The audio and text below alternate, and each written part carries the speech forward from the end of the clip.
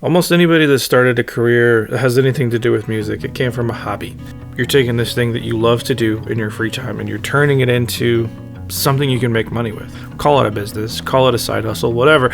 It's something that you're creating funds with to really fuel this hobby that's now a job. And those lines get weird, and they get weird quick. And it can change your view of what you think music is. As soon as something becomes your job, it's still a job.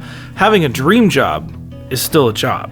It's always up to everyone to find joy in what they're doing. If you can do that, it really speaks to the longevity of your career. But what I didn't expect was to learn possibly one of the biggest lessons that I could ever learn in this arena from a 7-year-old, my daughter. I am 37 years old. I'm getting to the point where you have to think about it harder. I started playing with recording stuff. Man, okay, let me do some math here. Probably 1999 or 1998 was when I was getting into recording. I had a 4-track Tascam recorder.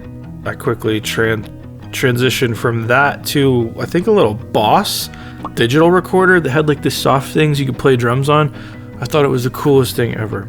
Transitioned from that to like a larger Tascam digital board. I didn't have that for very long. I was way more than what I needed at the time, until I ended up with, I think, a DigiDesign Mbox or like a 003. I know I had both of those. I don't know which order they came. Then an 11 rack, and then we're into all this newfangled modern stuff. All that said, creativity finds its way along these things, but as you're learning these tools, it kind of becomes a process rather than the pursuit of creativity, unless you're actively honing that creativity muscle.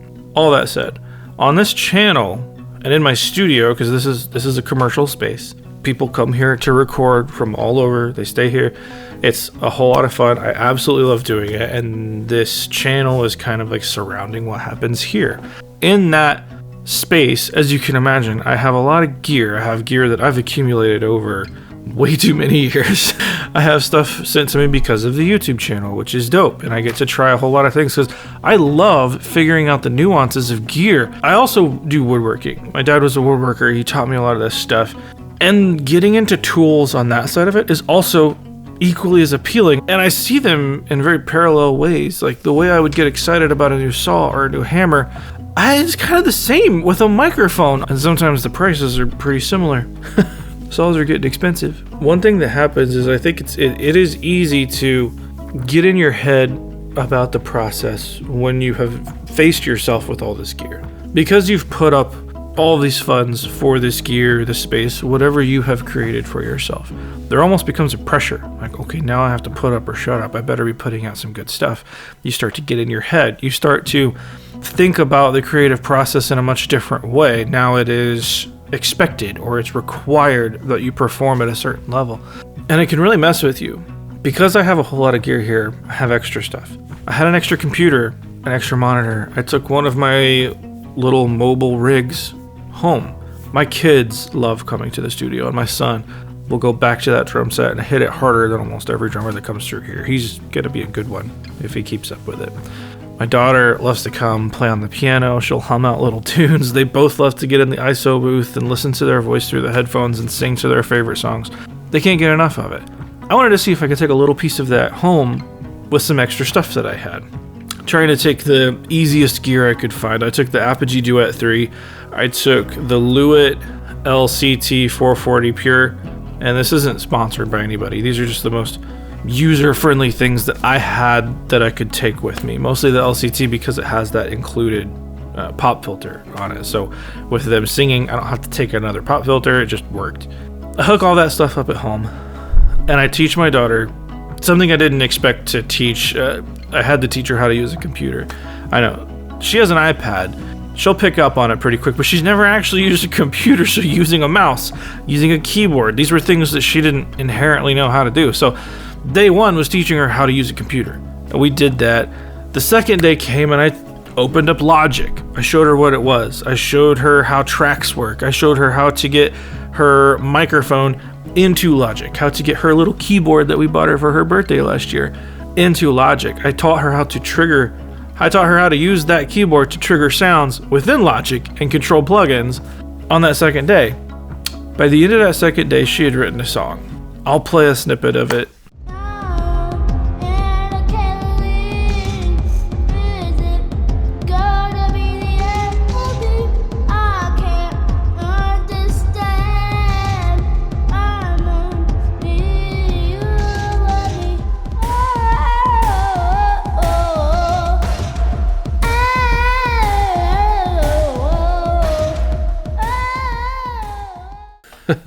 Now that's obviously not going on the radio anytime soon, but watching her do that and watching her go through the process made me really think about my own process. She didn't care about the tools necessarily. They were just tools to her. She doesn't know any better. She doesn't know that this plugin should be better than this plugin. She didn't know that this mic is better than this mic. She didn't care what interface she was using. It was just what I had. For as far as she knows, those are the only ones in existence, right? In no way did she look at this thing and think, this is limiting. This is limiting me. In no way did I expect her to actually write something that sounded like a song. I knew she would record her voice. She said she wanted to do that. I knew she would try to record her keyboard. She said she tried to want to do that. But to actually create something and not just do that, to not get in her head about it. She was so excited to show what she did. There was no imposter syndrome. There was no, is this good enough to be a song? It was, I created this thing and I want you to hear it. And I don't want this video turn into like, look at my kid type of video, but I guess I didn't anticipate learning something in that process. But looking at this creative process that we all fell in love with it at different ages, right? But it all comes from the same place of like curiosity and imagination and just wanting to get out what's inside of us, and that can be crazy therapeutic and crazy healing and a way to communicate something through words that don't necessarily mean the words that you're saying, but you're still pushing ideas out, if for nothing else than to say just, hey, listen to me. This need to create and this need to express what's inside of us, these sounds, these melodies, these whatever. She doesn't care if anybody hears that song. She doesn't care if anybody likes that song. She had a blast doing it, and that's all she cares about. And that hit me hard.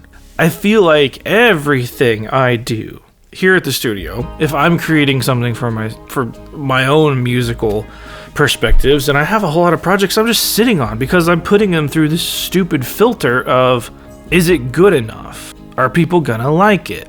I do the same thing with mixes and masters. I do the same damn thing with this YouTube channel. It's not that I'm censoring myself, but I wonder how many things that I genuinely want to create just get snuffed out by that internal monologue. Because at some point between 7 and 37, something happens. Makes us feel like we're not good enough. Even though objectively, I'm better at this than my daughter, right?